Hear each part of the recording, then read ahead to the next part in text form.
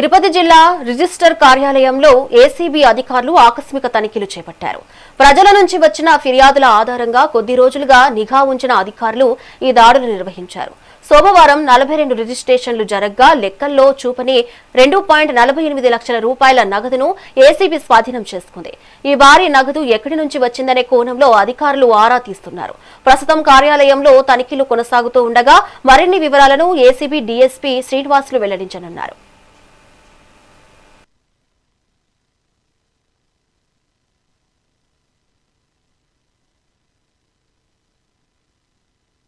నాతో పాటు మా సిబ్బంది ఇన్స్పెక్టర్లు సిబ్బంది అంతా ఉన్నారు. ఈరోజు మేము తిరుపతి పట్టణంలోని సబ్ రిజిస్టర్ ఆఫీస్ మీదకి ఆకస్మిక తనిఖీకి వచ్చాము. ఈ సబ్ రిజిస్టర్ ఆఫీసు తిరుపతి మీద అనేక ఆరోపణలు వచ్చినాయి, డ్రైవ్ ఆరోపణలు వచ్చినాయి.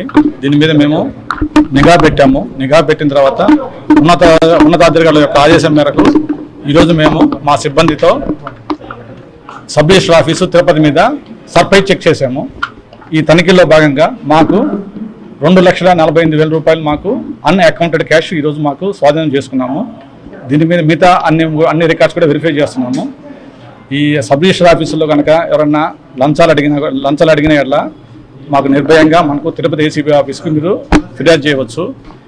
ఈ ఎస్ఆర్ఓ ఆఫీస్ కాకుండా మిగతా ఎక్కడైనా సరే లంచం అడుగుతుంటే ప్రభుత్వ ఉద్యోగులు వాళ్ళు చేయాల్సిన పని చేయకుండా లంచం అడుగుతుంటే ఏసీబీ అధికారులు తిరుపతికి మీరు లిఖితపూర్వకంగా కనుక మీరు మాకు ఫిర్యాదు చేస్తే మేము ఖచ్చితంగా మీ రిపోర్ట్ని పరిశీలించి విచారించి మేము దాని మీద నిఘా పెట్టి కంపల్సరీగా వాటిని పట్టుకోవడానికి మేము వాళ్ళని పట్టుకుంటాము.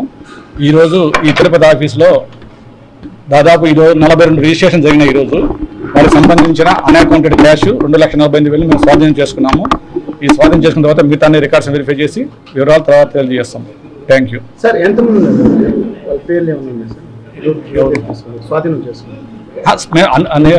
అన్అకౌంటెడ్ క్యాష్ స్వాధీనం చేసుకున్నాము. వీటి మీద మేము ఇంకా వాళ్ళ ఎస్ఆర్ఓ గారిని, వాళ్ళ స్టాఫ్ని, జూనియర్ అసిస్టెంట్, సీనియర్ అసిస్టెంట్ని మేము అంతా వివరణ తీసుకోవాలి. ఇంకా తీసుకున్న తర్వాత వివరాలని మీకు తెలియజేస్తాం.